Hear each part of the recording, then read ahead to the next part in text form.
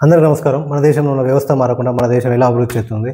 మన దేశంలో చాలా సిటీలలో మెయిన్ రోడ్ల మీద వ్యాపారస్తులు తమ షాపుల ముందు ఉన్న ఫుట్‌పాత్‌లు మొత్తం ఆక్రమించి వ్యాపారం చేస్తున్నారు. చాలా చోట్ల భవన నిర్మాణ ఆదేశాలు కూడా పాటించుకోకుండా రోడ్లని ఎంక్రోచ్ అయ్యి ముందుకు ఉరికాలువల మీదకు మెట్లు కట్టుకుంటున్నారు. నెట్ కేబుల్ వారు, డిష్ కేబుల్ వారు ఇష్టం వచ్చినట్టు కరెంటు పోల్‌లకి వైర్లు కడుతున్నారు. పండ్లు, కూరగాయలు, చేపలు అమ్ముకునే చిరు వ్యాపారస్తులు ఎండలో, పొగలో, దుమ్ములో రోడ్ల పక్కన, మురికాలువల పక్కన కింద కూర్చొని అమ్ముకుంటూ జీవిస్తున్నారు. ఇలా ఉంటే మన దేశం ఎలా అభివృద్ధి చెందుతుంది? మన దేశంలో చాలా ప్రాంతాలలో ట్రైన్లలో, బస్సులలో ఎలాంటి క్యూ పద్ధతి పాటించకుండా తోచుకుంటూ ఎక్కుతూ, కొన్ని చోట్ల నిలబడడానికి కూడా స్థలం లేకుండా ప్రయాణం చేస్తూ, కొన్ని చోట్ల అయితే నేను సీట్ ఆపుకున్నా, నేను ఆపుకున్నా అని గొడవలు పడుతూ ఇలా సిటీలలో, గ్రామాల్లో బస్సు కోసం వెయిట్ చేసే బస్ షెల్టర్లు కూడా లేవు. కొన్ని చోట్ల సీట్ల కోసం చాలా గొడవ పడుతూ డోర్ల దగ్గర నిల్చొని రన్నింగ్‌లో ఎక్కుతూ ప్రమాదవశాత్తు కొందరు మరణించారు. అది కూడా చూసాం మనం. ఇలా ఉంటే మన దేశం ఎలా అభివృద్ధి చెందుతుంది?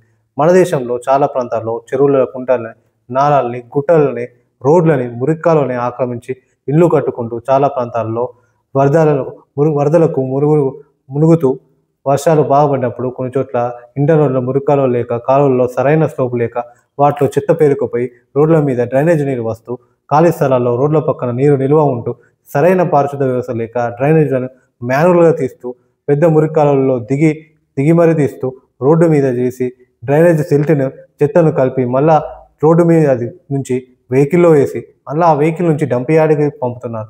మరి దోమ నివారణ లేక డెంగ్యూ, మలేరియా వ్యాధులు వస్తూ ఎంతోమంది మరణించారు. ఇలా ఉంటే మన దేశం ఎలా అభివృద్ధి చెందుతుంది? మన దేశంలో చాలా ప్రాంతాల్లో కుక్కలు, పందులు, కోతుల వల్ల ప్రజలు చాలా ఇబ్బంది పడుతున్నారు. కొన్ని చోట్ల వీధి కుక్కల కడవ వల్ల చిన్నపిల్లలు చనిపోతున్నారు. దోమల వల్ల డెంగ్యూ జ్వరాలు వచ్చి ఎందరో చనిపోతున్నారు. కోతులు ఇంట్లోకి వచ్చి మరి తినడం అలవాటు చేసుకున్నాయి. రీసెంట్‌గా పేపర్‌లో కూడా వచ్చింది. ఒకతనికి కోతులు కరవడం వల్ల కూడా చనిపోయాడు. ఇలా ఉంటే మన దేశం ఎలా అభివృద్ధి చెందుతుంది? మెయిన్ రోడ్ల మీద వెళ్ళే వాహనాలకు ఇబ్బంది కలిగే విధంగా రైతులు ఇష్టం వచ్చినట్టు రోడ్ల మీద పశువులను తీసుకొని వెళ్తుంటే, కొన్ని చోట్ల ఆవులు మెయిన్ రోడ్ల మీదనే తిరుగుతూ మెయిన్ రోడ్డు మీదనే పడుకుంటూ ఉంటున్నాయి. వాటి వల్ల ప్రమాదాలు కూడా జరుగుతున్నాయి. వాటిని కనీసం ఎవరు పట్టించుకోవడం లేదు. ఇలా ఉంటే మన దేశం ఎలా అభివృద్ధి చెందుతుంది?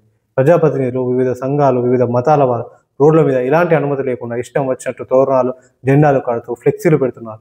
టీవీ ఛానల్ కేబుల్ వారు, సిటీ కేబుల్ వారు ఎలాంటి అనుమతి లేకుండా రోడ్ల మీద కరెంటు పోల్‌లకి వైర్ కట్టడం వల్ల ఆ వైర్లు తెగిపోయి తోరణాలు, జెండాలు, ఫ్లెక్సీలు వైర్లన్నీ రోడ్ల మీద పడుతున్నాయి. వాటిని కనీసం ఎవరు పట్టించుకోలేదు.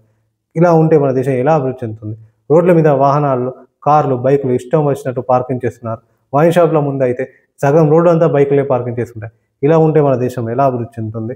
మన దేశంలో చాలా ప్రాంతాల్లో చాలామంది రైతులు, పేద మధ్యతరగతి కుటుంబాలు అప్పుల బాధతో ఆత్మహత్య చేసుకుంటున్నారు. కొందరు అప్పుల బాధ వల్ల వారి భార్య, పిల్లలను కూడా చంపి ఆత్మహత్య చేసుకుంటున్నారు. కొందరు యువత మత్తు పదార్థాలకి, ఆన్‌లైన్ బెట్టింగ్‌లకి, గేమ్‌లకి బానిసలై అప్పులు చేస్తూ ఆత్మహత్యలు చేసుకుంటుంటే మన దేశం ఎలా అభివృద్ధి చెందుతుంది? అందరూ మన వ్యవస్థలో ఉన్న ప్రభుత్వ సేవలను, పథకాలు అవినీతి ఉన్న లంచాలు ఇస్తూ ప్రభుత్వ పథకాల అర్హత ఉండి కూడా రాకుండా నా కర్మ, నా అదృష్టం లేదని అలవాటు పడ్డారు. కొందరి ప్రయత్నం వల్ల వ్యవస్థ మారినా అది అందరికీ ఉపయోగపడుతుంది.